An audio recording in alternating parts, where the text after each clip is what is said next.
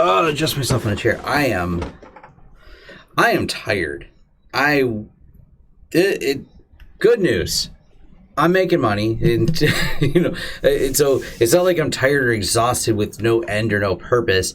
I just had that many jobs. Me and my team have been a lot of local jobs, stuff approved that I didn't think would get approved. New phone systems we're putting in, new servers for clients, and just whew. And yeah.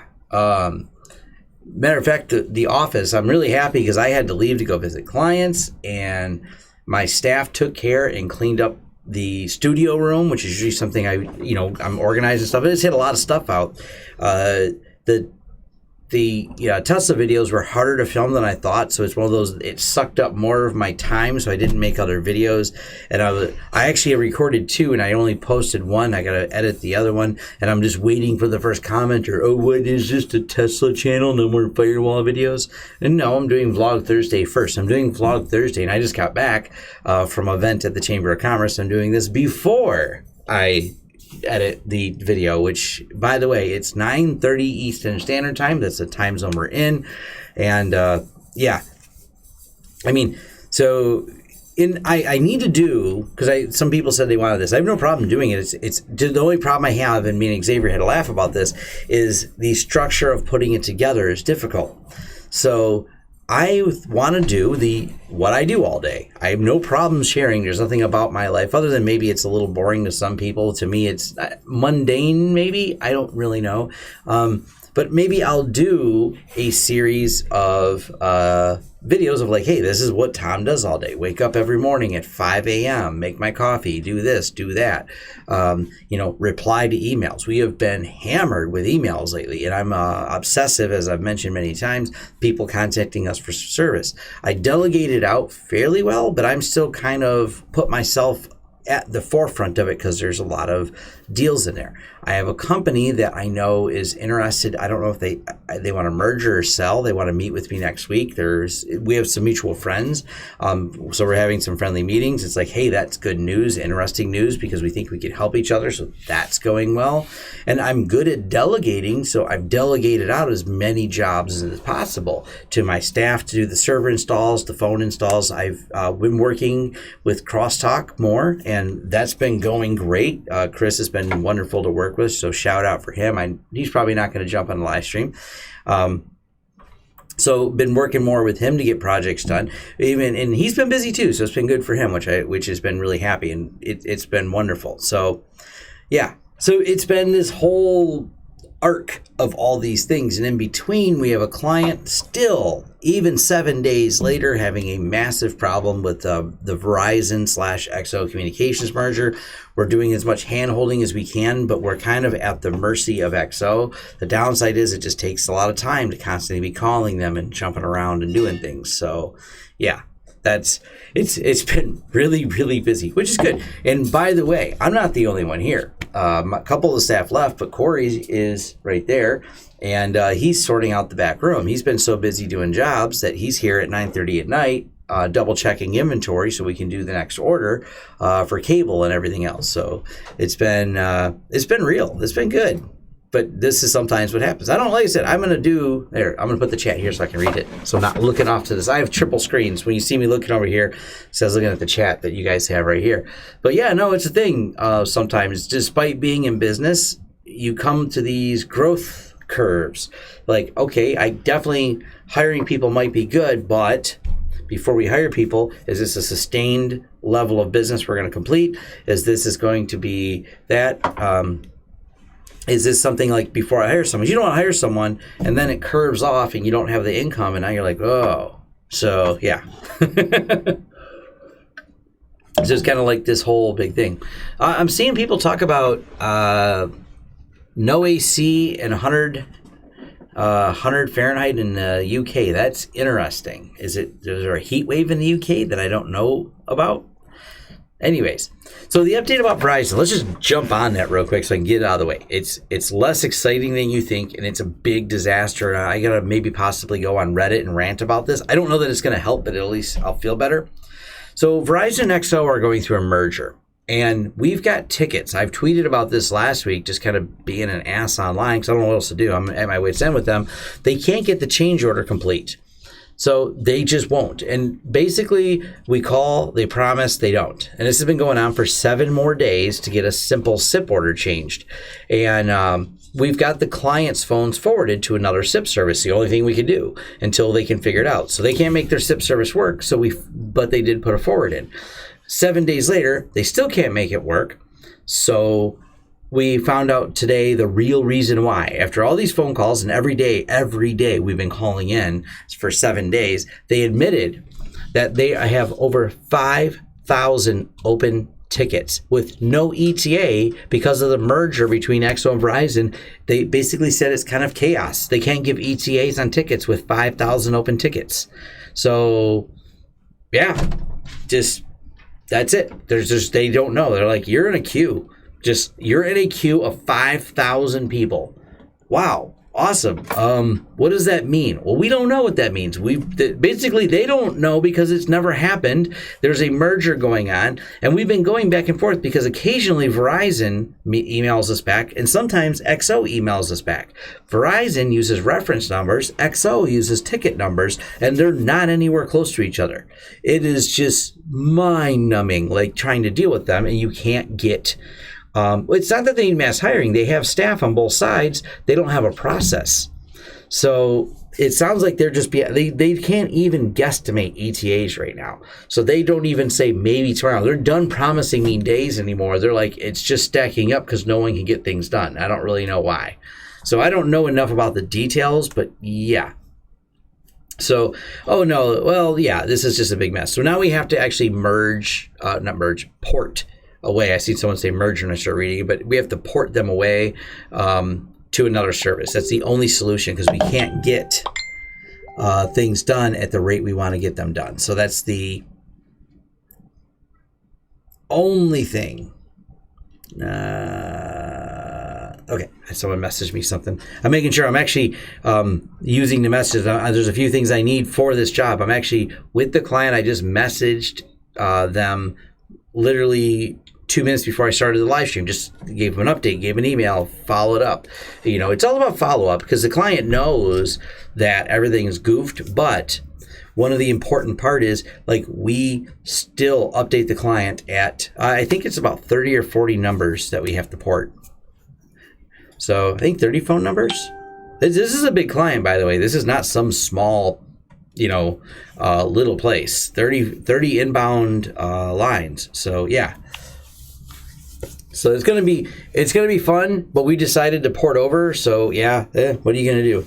But we still update the client, follow up. I sent a long email. I CC'd the different people involved in there. I try to do everything I can to follow up with them. I feel for them. I really feel bad for the client. I'm not the kind of person who I'm very empathetic. I just don't know what to do. I'm glad that they authorized do whatever. And I said, all right, we're working. We're gonna get ported. We started paperwork and things like that. So I'm on my way to make it happen. But that's the update with Verizon. I don't understand how Verizon is this bad and XO is this bad. I just need a simple SIP change. Nope, isn't going to happen. The other thing is, what else we have in here? The staff can poorly communicate, test the customers, info hiring, compound, blah, blah, blah. Yeah. But someone commented loyalty to staff. It doesn't come cheap. You have to hire the right people for that. You have to pay them very well. You have to be, on it with them. That's what gets you loyal staff. I've got a great staff here. Love all of them. But yeah, there's a lot of commitment to the job. They get a good check for it too. I don't. There's no ifs, ands, or buts about it. I make sure everyone's well taken care of, and everything's good. I wanted to show something here because I have some ideas. I just got to figure out where I saved them. Something else I wanted to talk about. Let me find it. Where is it at? What's if you guys eat Graham? So this guy. There we go. Oh, I'm covering his head. Anyways, I just bring it on. I'm not going to play his video. That will probably cause some type of problem. Anyways. There's different YouTubers. Lots of them are full of crap. I think everybody knows that. This guy, Graham Stephen, not full of crap. bringing him up for a reason, though. One of the things I've kind of liked about his videos is, whether you like him or not, whatever, you can have personality differences, but he's honest. Whether or not you like what he does, he's a real estate agent, and we got in a big discussion. So I was at a Chamber of Commerce event just before I got here. That's actually, like I said, when I said I would do a day in a life, it's like up at 5, do this, do a job, make a video, do a job I was in Switzerland job for 2 hours, and then I forgot to even look at what country the other guy was in, it was all firewall work all day, and just step through it. Graham Stephen, smart guy. One of the other things I want to do is share more knowledge like he does. And I never really thought about the business side. So I do the firewall videos, but I had a great discussion. Matter of fact, in my pocket, I'm going to get it out now so I don't forget it. I met a guy who does mergers and acquisitions, had a great conversation with him. But a couple of my friends are real estate agents, and we talked about this. Like they've been questioning me, like we talked about S Corp, how you expense things, how you shuffle money, and I never really thought about it. But I like the way he shares videos. I know a lot of what he knows. Why not share it? I have no problem. So I'm going to go put together more business videos that talk some of the details, profit and loss, loss carry forward, how you do books. See, he's got a lot. Don't get me wrong. He's doing really well. But I have another aspect of it that he has a little bit less of is I'm an S Corp with employees, and people go, what does that mean? And, for example, do I have one here? What is this? I am a W-2 wage earner. Oh, these are my checks. I get payroll. I have payroll to make on Friday. I have contractors to pay, how we use contractors, how that affects your bottom line, how I lost $10,000 this month. Why did I lose $10,000 this month? And why did I lose $13,000 last month? 2 months in a row, I've lost money. There's an explainer for that. Are you going out of business, Tom, because you lost money? No, not at all. There's the balancing act of money. And I love the way he talks about it. So it starts with you being in debt. And it seems like wrong, but he talks more about how you refinance and manipulate that debt. For me, it's how you take your cash positions and leverage them for the next job. And I'm like, okay, I talk about this stuff with some of my friends that are in business, and we talk about strategies to do it. And I got to get better at some of them. It's just a matter of timing for me. But for example, I didn't think about this. My mistake. I didn't put my Tesla on a credit card. I should have put my Tesla on a credit card and paid it off. So one of my friends, he's doing this he's making money with ATMs by putting it on credit card with no money interest. And by the time the payments come in for the recurring revenue for the ATM, he's already paid it off. Great strategy. It's not hard to do. And by the way, he's only playing with $3,000 or $4,000, not an insurmountable amount of money to get some of these little businesses started. So I'm like, well, I should have seen to do that, but I do other things that are similar for that. For example, I didn't buy a Tesla. Lawrence Systems bought a Tesla. There's a strategy to the way you do things and how you can declare a loss, but I still paid myself. Don't worry, the company can declare a loss because the loss is a reflection of our cash position. And you can have a loss based on where you move it through the balance sheet. And what I want to do is put all these numbers in spreadsheets. And yeah, some companies don't pay for 90 days. That's actually what I'm facing right now, is companies that didn't pay for 90 days. I had to pay all my vendors. So you have a loss. And I self-finance my own company. When you can get money at 0%, that's awesome. But a lot of times you get loans if you have large projects that exceed your current value or money you have in the bank to buy the parts. So I have to buy it. So that is a money I have to move over there, and then I have to move the money back. But because I financed it myself, I now have 100% of it. I didn't have to pay a percentage back out to a third party. But there's strategies, and I would do this all in spreadsheets like he does, give you the numbers, tell you how the strategies work. I'm trying to think of ways to present it so it's interesting, but it's important when you run a business. Now, one of the things we've been calculating, this is directly related to my business, is you have the overall once a month. How do I make money with profit and loss? What does that look like? So here's my P&L for the month. Here's the money in, here's the money out, whether or not at the end there's left over. But then you have job costing. How do you know if you're making money as an MSP? I'm not MSP only. I do project work. I do recurring revenue coming from different revenue streams. YouTube's included in that revenue stream. By the way, his revenue streams are way higher than mine. I want to talk about mine, but they're not that big. So I didn't buy a Tesla on that YouTube money. Matter of fact, that's what become very interesting to me. The more people, that YouTubers that have exposed what they make, I've learned a lot about how that works and why I make more money than one of my other friends and why other people make more money than me on YouTube. And it's not just views. It's about audience, where the audience is, and what you're talking about. Turns out videos about finance are probably going to make me more money than videos about firewalls. But don't worry, I love doing videos about firewalls. I'm not changing it because videos about firewalls are what leads to the job. So my revenue stream, and I'm very upfront about this, I do an entire video about a firewall to share the expertise that we have in it, and most people can get it set up. Other companies go, you know what? That looks complicated. I watched your video. I want to hire you. That's how we get inbound leads, that whole process. So, yeah, you must be disciplined to pay your company back. Oh, yeah. Matter of fact, you have promissory notes where you promise and pay your company to get it started, and then your company pays that back. So that's a whole other piece of it. Do I provide 401k? Not at the moment because they don't want it. There's 401k and matching I would offer. My staff has no interest in it. I don't get into my staff's personal finance. They may make good decisions, they may make bad decisions, but it is always their decision to make. I will help them if needed. Some of them do well and do things with the money and have it set up properly, and others maybe not. That is their personal life choices. I leave it to them. I'm very open about that. So yeah. As a matter of fact, one of our banks, we have more than one bank. One of them is a credit union because I'm friends with the guy who owns the credit union and runs it. So yeah. So there's always little things like, there's going to be staff who make bad decisions, whatever. But some people, I have a 401k, I have a stock portfolio, I have things that I do with my money outside of my business to invest it. So yeah, staff people doing it, oh yeah, they're going to do that sometimes. I can't make people, and it's not my place to do so, even though I employ them. It is not my place to decide what they should do with their money. I do not feel as though I should. That would be pompous of me. That is wrong. But I always say, if you need help, I am here.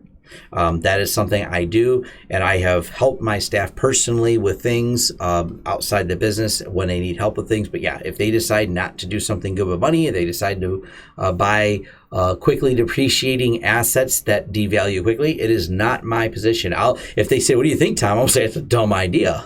If they ask. If they don't ask, I'll shrug my shoulders. And I'm not here to govern their personal lives. I very much, as much as I am friendly and I have a wonderful, loyal staff, I am not in their personal life. I've never liked people to tell me what to do. I always offer my help to them, but I am not going to tell them how to live their life and make opinions on that. So that's different. And internal loans that's different. There's ways you can do that is helpful. You can obviously get in trouble depending on how well you know. Some of my staff, you got to remember, been here 11 years. So yeah, they've been here 11 years. So I know these people really well. We hang out after work. We're friends. Me and Corey go ride motorcycles together and things like that. So there are some crossovers, but then some of the other people, and of course the outside contractors are very different altogether. But yeah, I provide them a good wage. They decide, I don't care what they do with it. If they want help, I let them. But there's delineations I have between here, so I'm not going to babble too much about it. But like I said, watching this guy's videos, great videos. I like them. Like I said, maybe I know some people don't like some of the over-the-top personality types, whatever, and that's fine. I like the content that he puts together. I watch YouTubers less based on their personality, but on their technical acumen for the subject matter. Subject matter to me is everything. That's what I focus on. That's why my videos are not as much into the whole me being this over-the-top personality. I think too many people get in, especially the gaming people. They just like overreact to everything, over dramatize things. And that's something that just, it doesn't fit me. I don't watch people like that. Sometimes I do because there's no one else who made a video on a topic, and I have to have someone who just is like a little overhyped for me because I'm more calm. But whatever, I'll deal with it. But I'm going to do more videos about that. I have no problem sharing it. And one of the things I'm going to do is try and bring on some people who are subject matter experts so we can dive into certain topics like S Corp versus LLC, how you do expenses, how you move things to the balance sheet, why you move things to the balance sheet, and kind of walk through scenarios. I mean, this is some good stuff that I work with this. I have a balance sheet, so I'm not talking from theory. I'm talking like, all right, this is how we do this. There's a depreciation schedule now on a car that I bought. Yeah, the goal is to have no debt. And I live that way myself. I mean, my personal finances are money in the bank, paid off house, everything is... And by the way, I also am a very minimalist person. So I'm all about, like, I don't buy anything. I'm very frugal. The Tesla was a super tough purchase for me because I don't buy new cars. Last time I bought a new car, I was 22, I think, the last time I bought a new car. And I did it, and I paid cash for it. That's it. That's the last time in my life I bought a new car. Maybe 23. I'm trying to remember exactly. I'd have to try and remember when I bought my truck. But my problem is I'm in my 40s, and you don't remember events based on time. The human memory is, based on events that you remember. What was I driving before? I was driving I don't have a picture of it. I have a picture of my car. I gave it to my daughter. It was a 2012. I know I got a picture of it somewhere. 2012 Scion is the car I was driving. Where is my car? I don't think I take many pictures of my car. It's insignificant to me. Cars, before I got the Tesla, were pretty much like point A to point B machines. That's my mental, like, if you ask me what a car is, it's the point A to point B machine for me. Yeah, I don't think I have a picture. I have it's a little Scion. I'll pull up what they look like.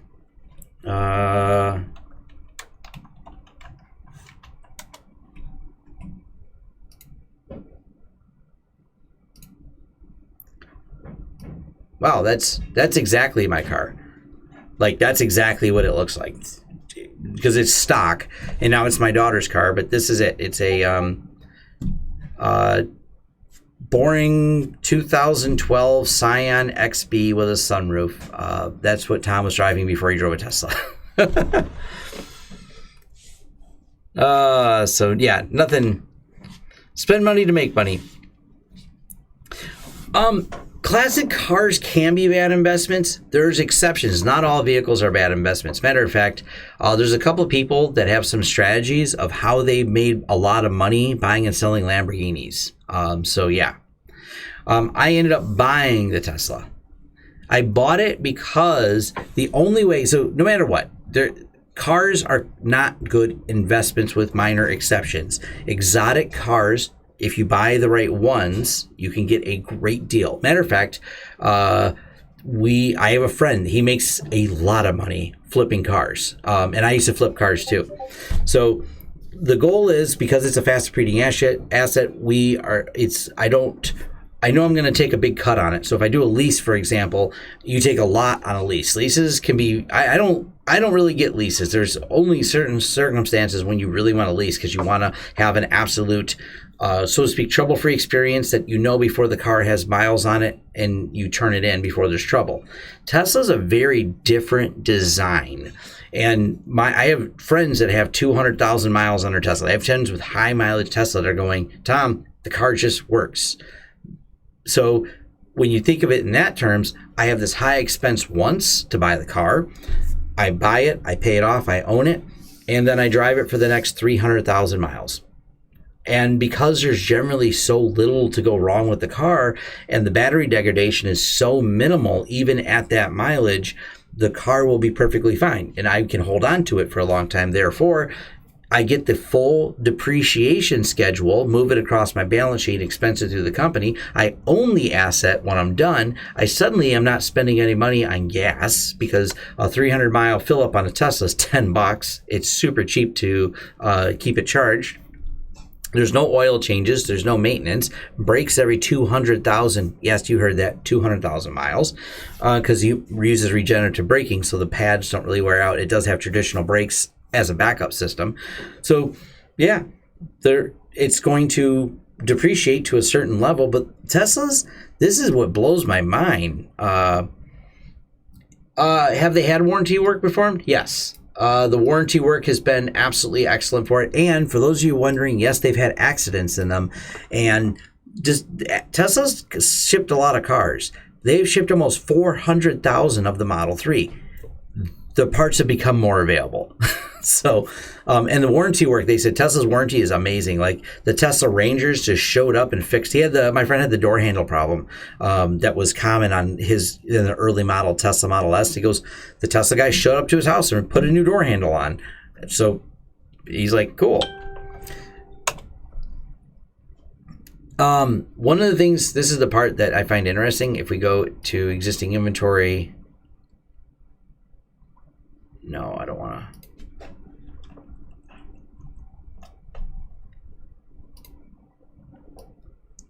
Come on, there we go. Took a second. If we look at used ones, oh crap! Now there's actually a used one there. Holy crap!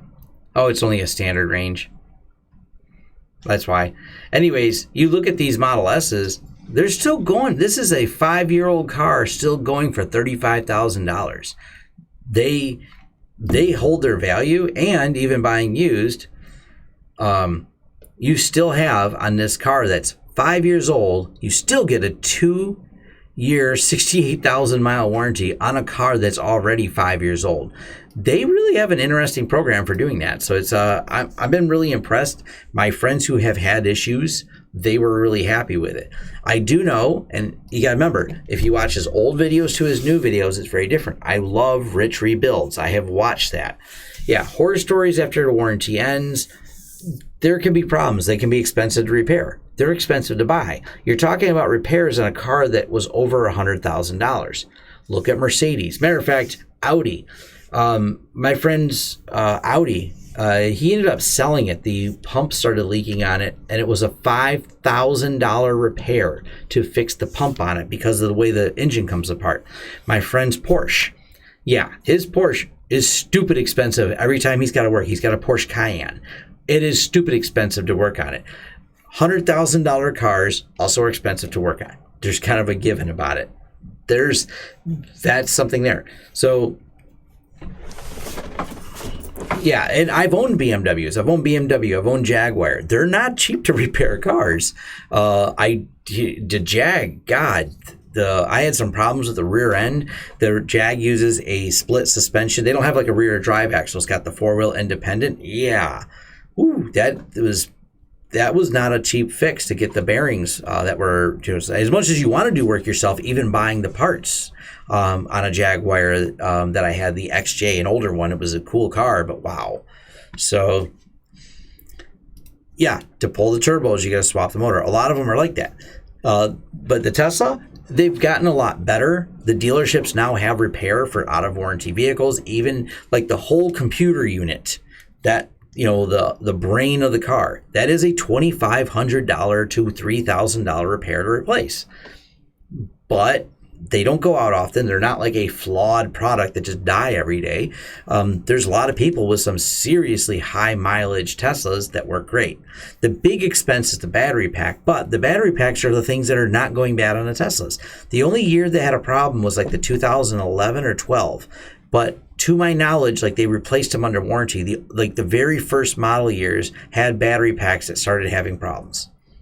The later years it was solved, and now that we come, 8 years of production later, they've really done a good job on it. So, and the new ones, brand new Tesla, 8-year, 120,000 mile warranty, not bad. So that's better than you get out of a lot of the vehicles. But I mean, I'm justifying it. The reality is it's still an expensive toy. I was getting along perfectly fine in my 2012 Toyota with 80,000 miles on it. It was a nice car. It drives great. My daughter needed a car. She now has a car. That was her graduation present, was my old car. So, and by the way, and it's not a brag. I probably could have bought my daughter a nicer car, but just because I have a few dollars and a paid off house, my daughter does not just get a brand new car for free. I see, and I live on the edge, and my daughter went to school in an area where kids, actually one of the kids' graduation presents, I remember looking at it, I'll pull the car up because I got to remember exactly how to spell it. It's a Nissan.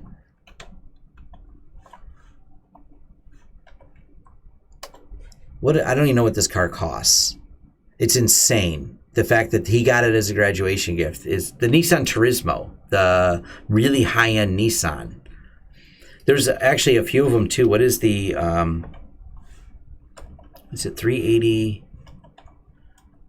390Z. I'm not a Nissan person, so I don't. That car. There was 2 kids that my daughter went to school with that got that as a graduation gift. I mean, come on, that car is like $90,000, more than I spent on my Tesla.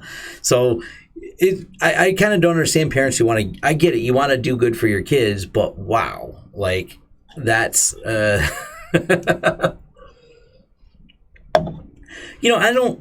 I don't razz people if they want to stick with it. Matter of fact, you're making probably a more practical decision. I could have used that money to do something else. That's absolutely true. But hey, whatever. I wanted something that was cool. I don't usually buy myself anything extravagant. Matter of fact, my next strategy is I'm working on selling my house. That's actually one of the big things I want to do. My kids are moving out. My kids are older.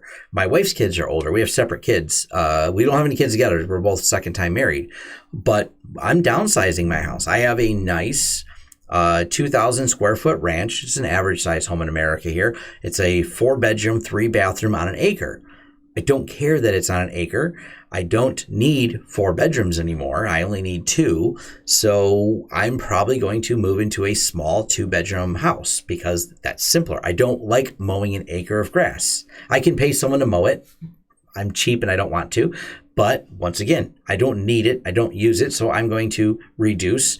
My house has a really high, it's what they refer to as a desirable home on the market. And because I'm in my 40s and my kids are moving out, I can move into what they might call a starter home. And then I will take that and invest the money that I take for the difference. I'll pocket a lot of money too. So this comes down to that strategy that we talk about for business.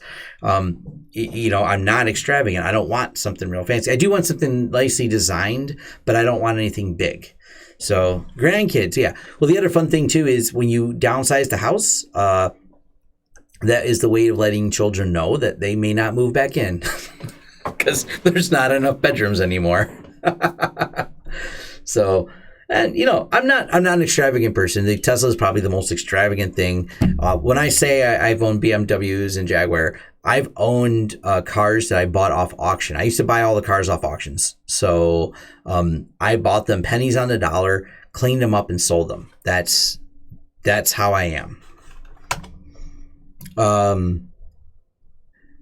I was trying to see if I show some of the other ones, but like I said, I'm not extravagant. I have a way I like things, but I'm not an extravagant person. I think you guys have seen, if you're a follower of Vlog Thursday, you've seen pictures of my house because I've done stuff in there. Here, I got pictures. If anyone's curious where I live. By the way, people say, hey, you doxed yourself or whatever. I like my sound system. Once again, bought this off nothing that extravagant. These are not as expensive as they look. That's my living room where I watch YouTube. View, there's the gaming computer that sits over there that my kids play. I don't live, it's nice, but it's not that. Kitchen where you can sit up here and watch. Yeah, nothing. I don't know if I have pictures of the house. So there's nothing really. Pocket money. Well, see, the way you pocket money when you sell the house, if I were to stick that in the bank, that's a horrible idea. That's where strategy comes in when it comes to business. You don't just put the money in the bank. That would be bad. The government wants a big piece of it before you put it in there.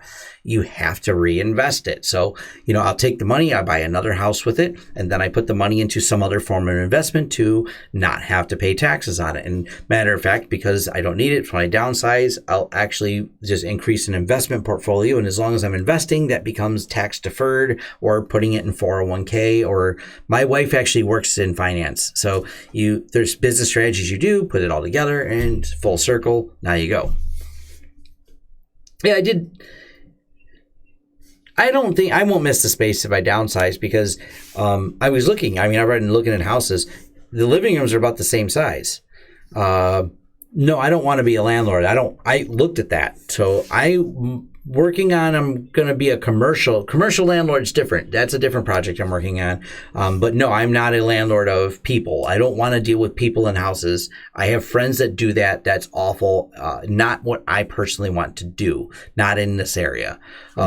But commercial landlord buying commercial property, that's actually where some of the money's going. I got an idea for some commercial properties, projects.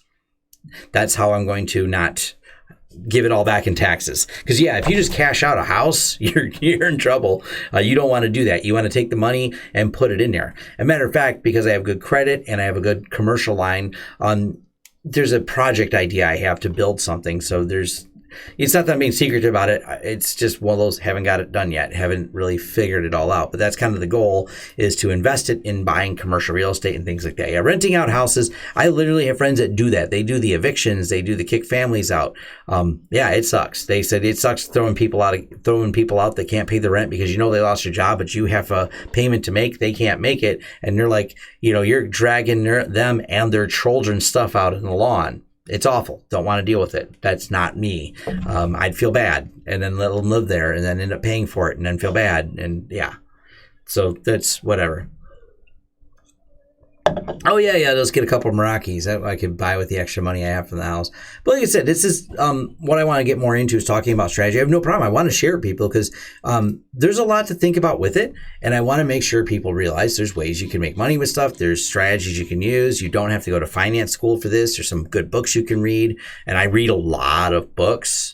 So it's a constant for me doing all this. Like I'm never stop learning. And I want to make sure, I like to think that knowledge should be more accessible for people, that someone who does not have the means, but has some time on their hands to watch some YouTube videos, can sit down and watch some YouTube videos and learn how to better themselves, learn how to get out of a financial situation, and they should be able to do it without a bunch of college debt. And people like me or people like Grant, sharing knowledge is great. The nice thing is we can not only share the knowledge, we can make a few dollars sharing knowledge, which benefits us, and then benefits you, and everybody wins. Like that's a win-win scenario that I like. So that's, near and dear to my heart. And actually, for those of you who didn't know, besides me having a Tesla, that's my one fancy thing. Most of the time, there are two things that Tom does when I'm not playing with firewalls, which is obviously my passion. Let me scroll down here.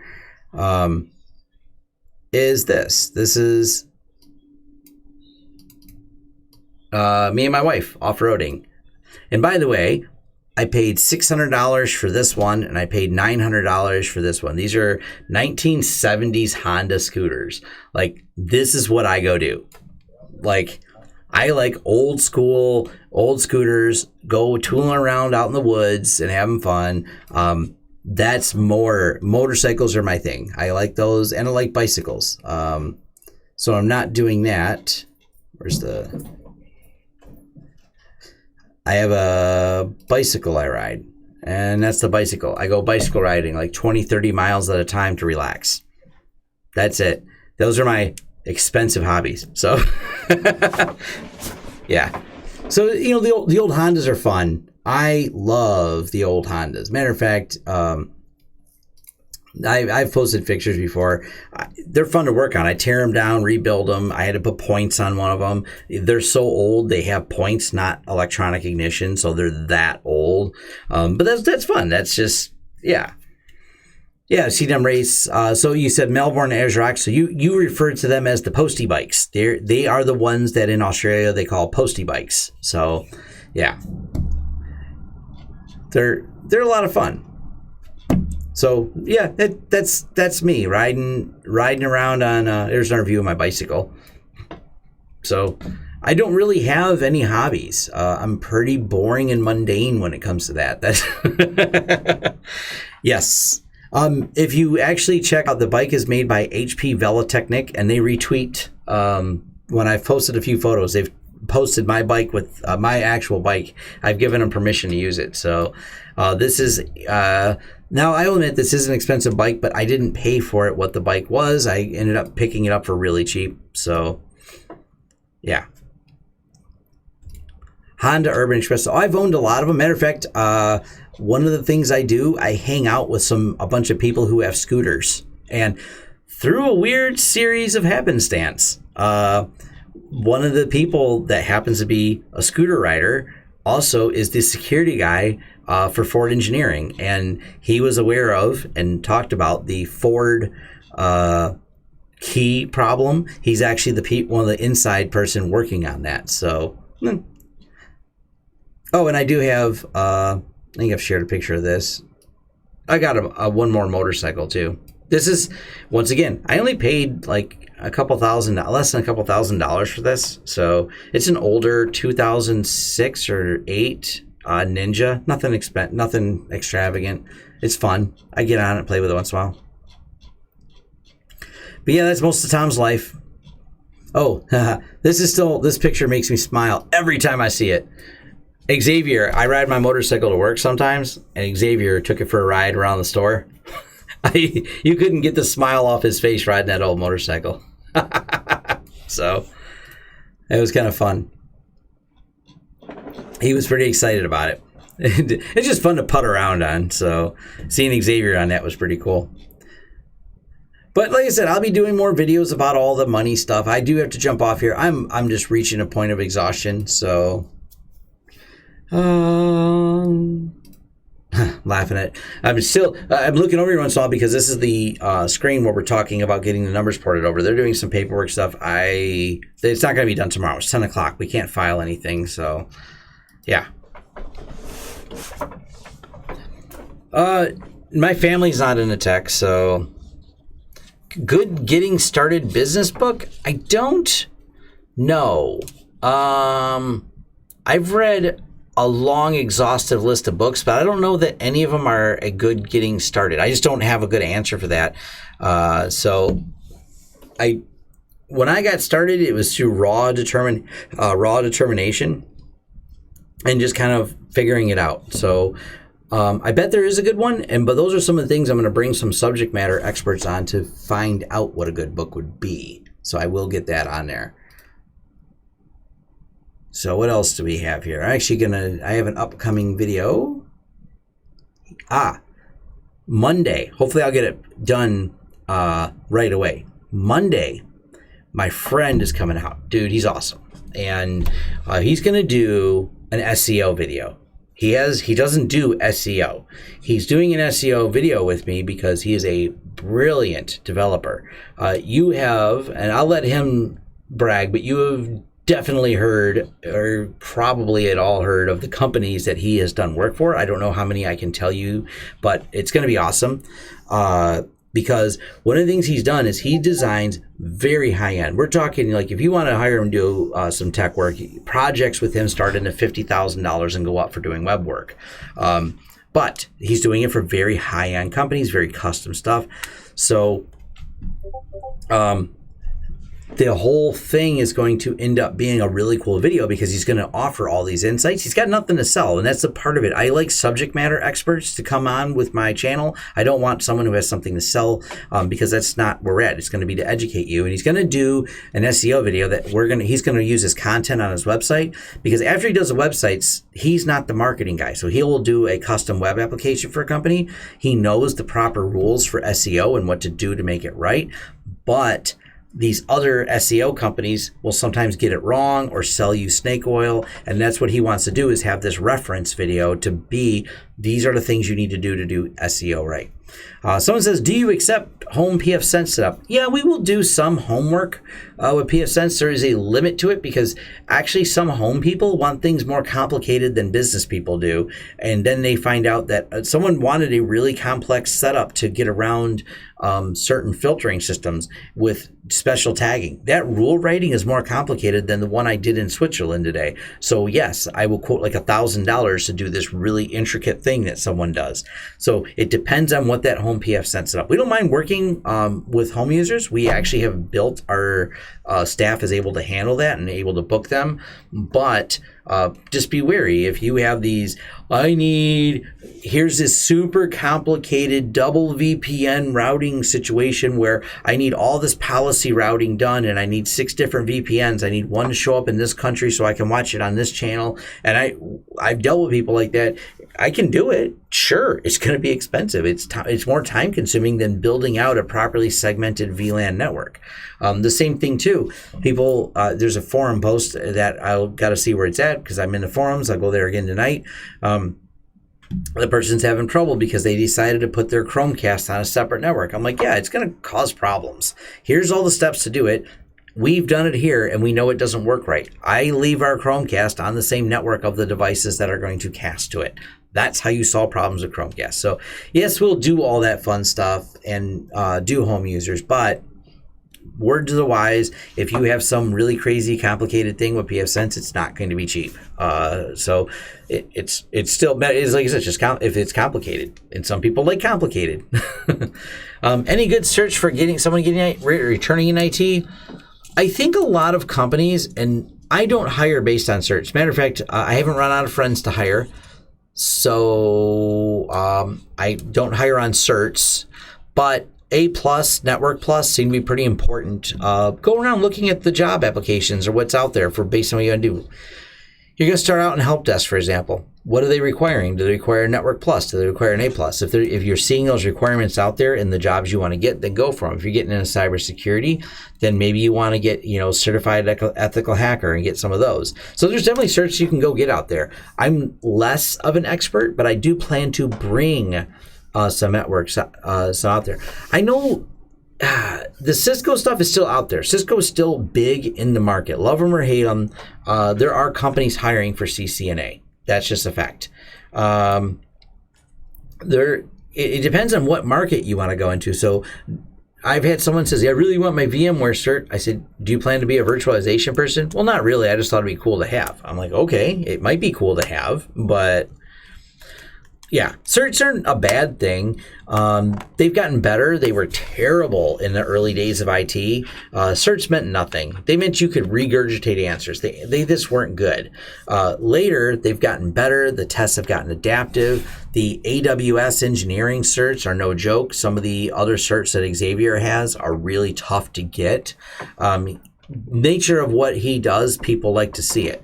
So they like to see certs. It kind of depends on where you're going. So Xavier is actually working on a federal cert right now for certain levels of audit. Different perspective. He needs to have that cert because if you want to do certain levels of cybersecurity auditing, you want to have it. So it kind of depends on, first start with what is the thing you want to do. And if you just don't know, and you can find the time to do the certifications, even if they're not official, like you take all the tests to learn the knowledge to take the dummy test, but not actually get the cert. Those are good ways of figuring out if that's the type of information you're interested in. I'm going to try to see if I can get one of my other friends who knows more about that market specifically because of where they work and what they do. Once again, subject matter expert, to try and talk people through that because I would love to get some good questions answered on that particular thing. Do you know any other solution than FreeNAS, which will not be based on a huge RAID? Many devices like Raspberry Pi with an HD, a large network nodes, which is in total that behave like a RAID. You're talking about building like a distributed storage system across that. I haven't built any. They probably exist. I've not really researched them. That's kind of a weird use case. I don't have a use case for it, so not really. That's about it, though. I'm winding down. I'm going to start. You guys don't want me asleep at the wheel here. And I mean here. The car's going to drive me home, so I'm fine about getting home. So, yeah. So, that's about it. I have I've got to fall asleep. So I'm going to jump off of here. Thank you for everyone for joining me. Yeah. Cloud stuff is big right now. They need more cloud engineers. Matter of fact, I specifically know people hiring heavy for DevOps, and they're talking like $200,000 a year jobs, helping manage AWS systems. So yeah, Gluster, I think that's the one I was thinking of. Gluster and Ceph have some type of distributed. I've never used them, so I could be misquoting.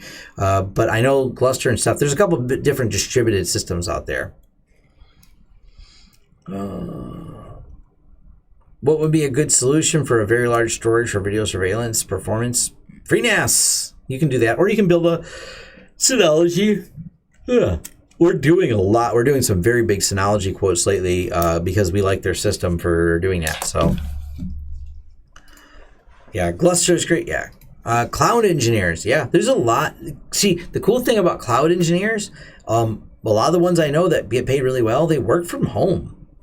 I've got friends making $150,000, $200,000 a year, not leaving their house. So those jobs are out there. You have to be really good at it. It's being good at it is the first part. Don't get me wrong. It's not that I'm just saying there's jobs that are walk in easy. You have to prove yourself. You have to have good references.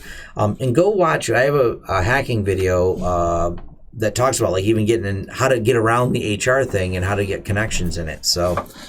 The jobs are out there. I'm not a subject matter expert on that particular topic because I wouldn't work for a guy that would hire a company like me, as my friend used to say. I've worked for myself for 16 years.